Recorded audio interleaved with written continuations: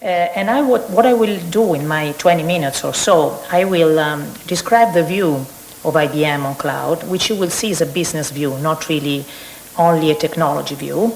I will show how this view of cloud has shaped our portfolio strategy since the beginning, and then I will give you a few examples of how some companies that have chosen to partner with us are using cloud to get benefits for their constituencies. So I hope I can drive this in the usual page down way. Maybe not. Refuses to obey. Let me see. Okay, so I see it here and there. Okay, good.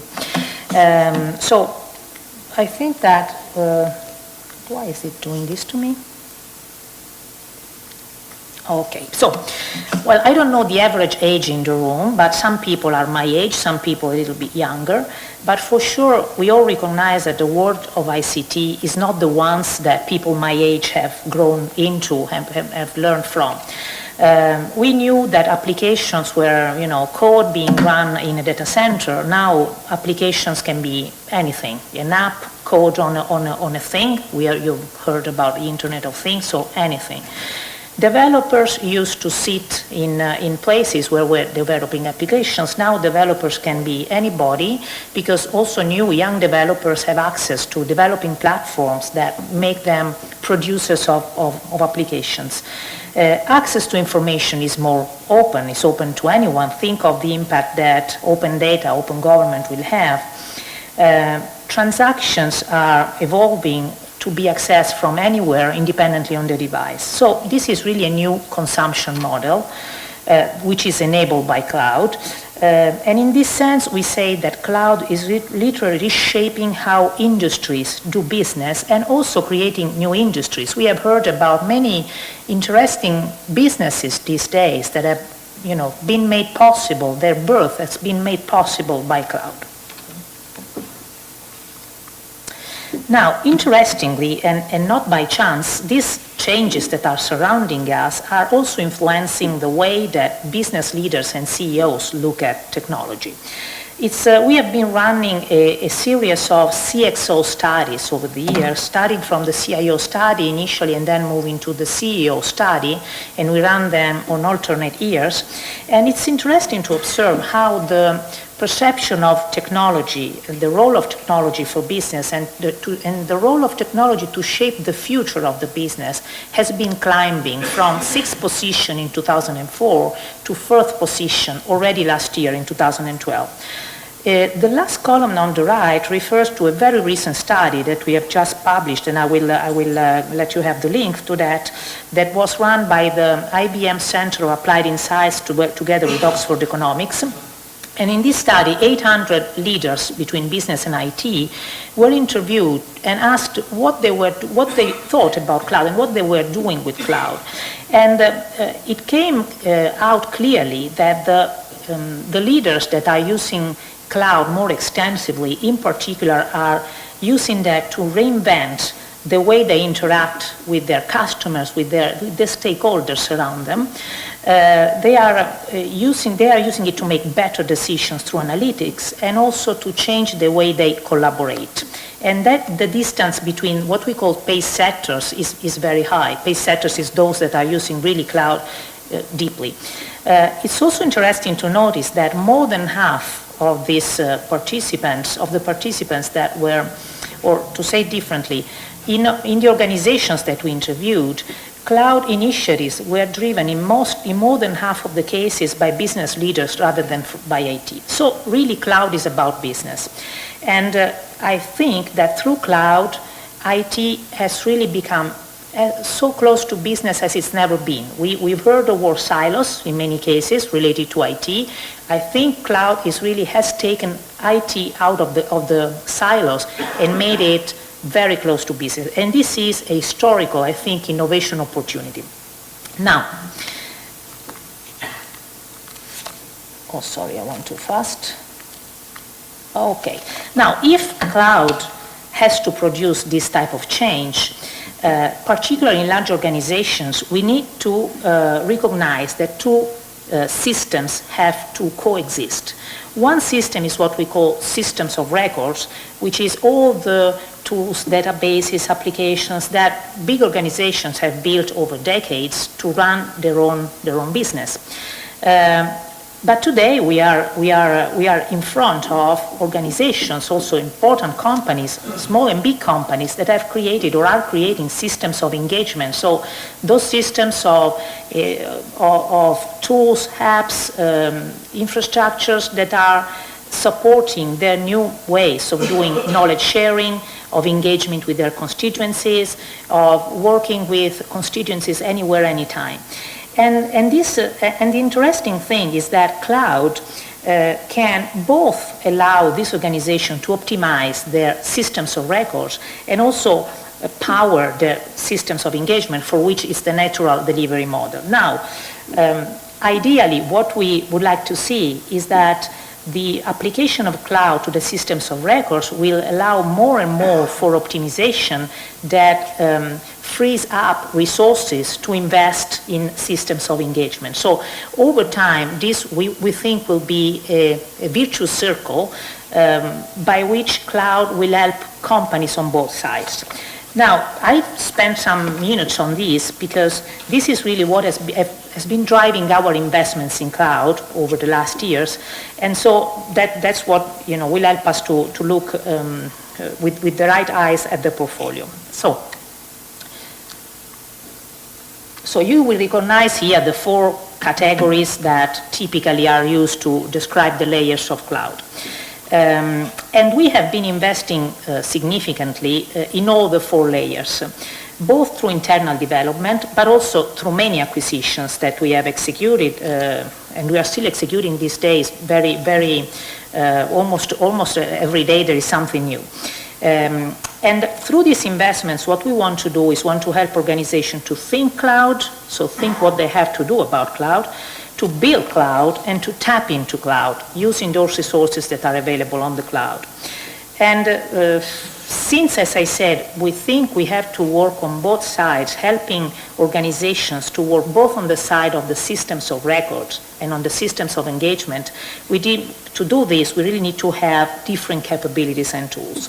So starting from the bottom, here we have what we call the Smart Cloud Foundation. So it's the integrated set of technologies for private cloud. These are technologies that clients can use to build their own private cloud. And in these layers, we also have our Smart Cloud Services, so our infrastructure as a service platform, which includes SoftLayer, which is a recent acquisition on which I will spend a few minutes later on. I don't know if it's the right layer where to put it, but we think that very important and never mentioned enough is the consulting capabilities around cloud, because cloud is, as we were saying, is not about technology only. It's about business and it's about organization. Business because it has to deal with concepts like can cloud impact the way I go to market? Can cloud impact the way I win against my competitors? Can it help my balance sheet? From the organization side, there is the IT processes, roles and responsibilities, and so on. And then there is the technology side. So to address these domains coherently, we use a strategy framework that changes the conversation with our clients from, can I migrate this application to cloud, to should I invest in cloud and how should I invest in cloud for my business? Moving up one layer, here we find the platform as a service, and here we have a spectrum of choice for development, deployment, and management of application. For example, we find here Bluemix, that is the implementation of IBM's open cloud architecture that leverages Cloud Foundry, and that enables developers to build rapidly and deploy cloud applications. Moving up, we have the software as a service and business process as a services, where we have solutions that address different domains: analytics, e-commerce, collaboration, HR, procurement, and some industry solution, like for example for Smarter City, the Intelligent Operations Center. So now, what is, you see here some logos that are not on, this is not all the companies that we acquired, it's some of them. This acquisition started a few years ago. You see here maybe some logos you are familiar with, like Core Metrics for web analytics, or Unica for marketing operations, mTORIS for strategic spend management, Demantech for product mix optimization, price optimization. There are a few very recent ones besides SoftLayer that I mentioned and that I will describe shortly. For example, Trusteer, that you can see it in the platform as a service that we closed in August. Trusteer provides software on cloud that helps to protect organizations against fraud and advanced threats. Or Now Factory, you see that on the top layer. This has been announced on October the 1st, and this is a solution where big volumes of client data and network traffic are analyzed to help companies that deliver network services to analyze issues that clients may have and provide services with a better quality, but also acquire analytics on clients to also improve their service, design a better service. Or Xtify, which is about engaging with mobile clients in order to drive targeted campaigns and in turn learn from the responses of these clients. So all these solutions, and I didn't have the ambition, and it would have been even boring to tell a lot about them, but I hope that you will have some curiosity to go and see what is in this portfolio. But all these solutions, what they do is they, in the end, enable organizations to improve the speed with which they create new services. They enable organizations to connect with clients on mobile platforms. They enable organizations to leverage analytics for client service or for marketing. And a number of other functions, as I said, that I hope you want to learn more about. Now let's zoom for a couple of minutes on SoftLayer. So SoftLayer was founded in 2005 by a team of leaders with strong experience in managed hosting and infrastructure services, and their vision at the time, and I don't remember if at the time we were using the word cloud, maybe it was starting to appear but not used as extensively as today. Their vision was to invest heavily in automation, because they understood that automation is what drives customer control, transparency, reduces human error, and can optimize costs and agility of operation. Now, in 2013, we completed the acquisition in July, so it's recently part of the IBM portfolio. In 2013, SoftLayer is one of the largest cloud infrastructure providers in the world. It has more than 100,000 devices under management, and it serves more than 21,000 customers in 140 countries. It operates from a footprint of 13 data centers with 19 network point of presence, and it can deliver different types of infrastructure as a service possibilities, like from bare metal to shared cloud, and also private cloud hosted in their data center. The most important characteristic to highlight is the software platform that SoftLayer has created, because this provides a complete governance of all the aspects of all the resources of the data centers, and allows to automate over every aspect of the infrastructure. It has a big number of APIs that control more than 200 services for server provisioning, reboot, reload, network and storage configuration, security, and so on. And then on top of this, there is a web-based portal that of course can be accessed through any mobile platform. And here really I hope that you go on their portal, the SoftLayer portal, which is an e-commerce portal, because it's really a great customer experience. Now, normally I don't like to show charts like this, because to all these numbers, but I really wanted to use it this time because to convey the size that cloud is assuming in the daily operations of companies. So this is real life. It's not an intention on the future. For example, we enable 60,000 marketers that support 23,000 brands that not only send more 133 million emails each month, but they facilitate 6 million trade deals, and these are big numbers. We have our B2B cloud, where connected to that there are 300,000 global trading entities, and they process every day 4.5 million transactions through this cloud. And to connect it to this, we have the transportation cloud with 40,000 transportation carriers connected that also process every year 180 million of transportation management transactions. So a lot of business happening there. And maybe it's not as well known as we think, but really not only we have created the technologies, but we are one of the top 10 software as a service companies having more than 100 applications of this type. And they are supported by operation centers around the world with, of course, the level of security, availability, elasticity that our clients require. Now, I wanted also to illustrate with a few references, specific references, the power of cloud, as we say. And I really had a hard time choosing because there are many interesting ones.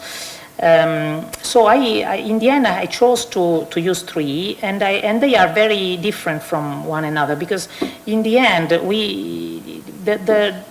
the results that we get depends really on the domain where cloud is applied. So I chose a reference from the entertainment world.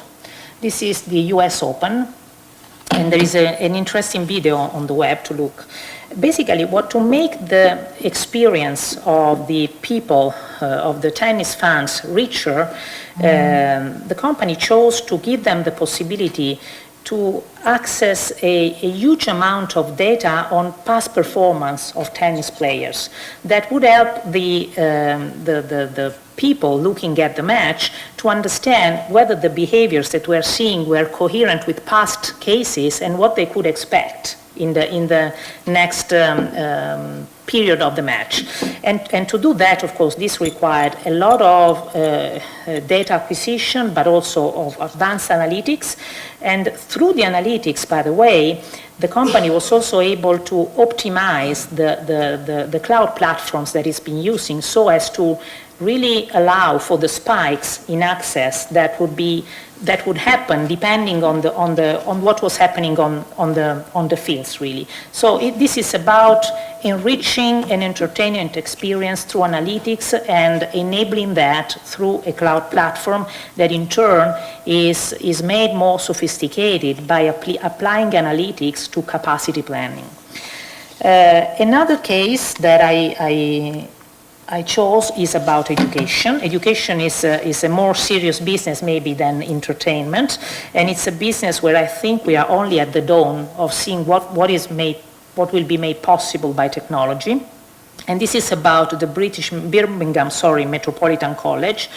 The college was looking for ways to attract students, so it's a competition issue, but also make the fruition, the utilization of their offerings easier for the users, so not only the students but the staff. So they created a platform called Classroom in the Cloud, and when the project is going to be complete, there will be 25,000 students using this digital platform, and 1,300 employees of the university that will also have the benefit of this platform for better collaboration across departments. So they expect to have much better students' engagement, less time spent on the road to reach the college, so a number of collateral benefits that the platform will enable. Third case that I chose, this is about energy savings, so also a very important topic. And in this case, the organization that decided to develop this solution is the Energy Saving Trust. And the Energy Saving Trust it works for organizations and individuals to find ways to reduce or to improve the energy efficiency of UK homes.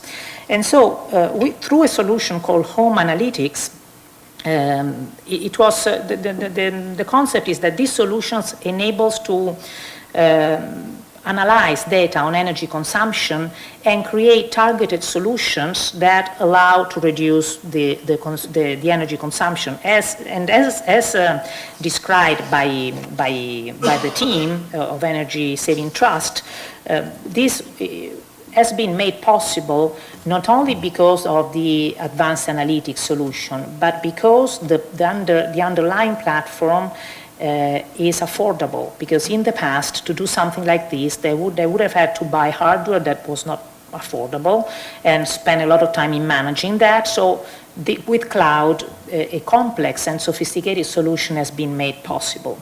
And so three very different cases. We could use many more, but I think they illustrate really how the limit of cloud is probably human imagination, I would say, because many of the things that we are starting to do open our mind and make us understand that as we progress in looking for applications of these technologies, we will really define maybe new industries, as I was saying at the beginning.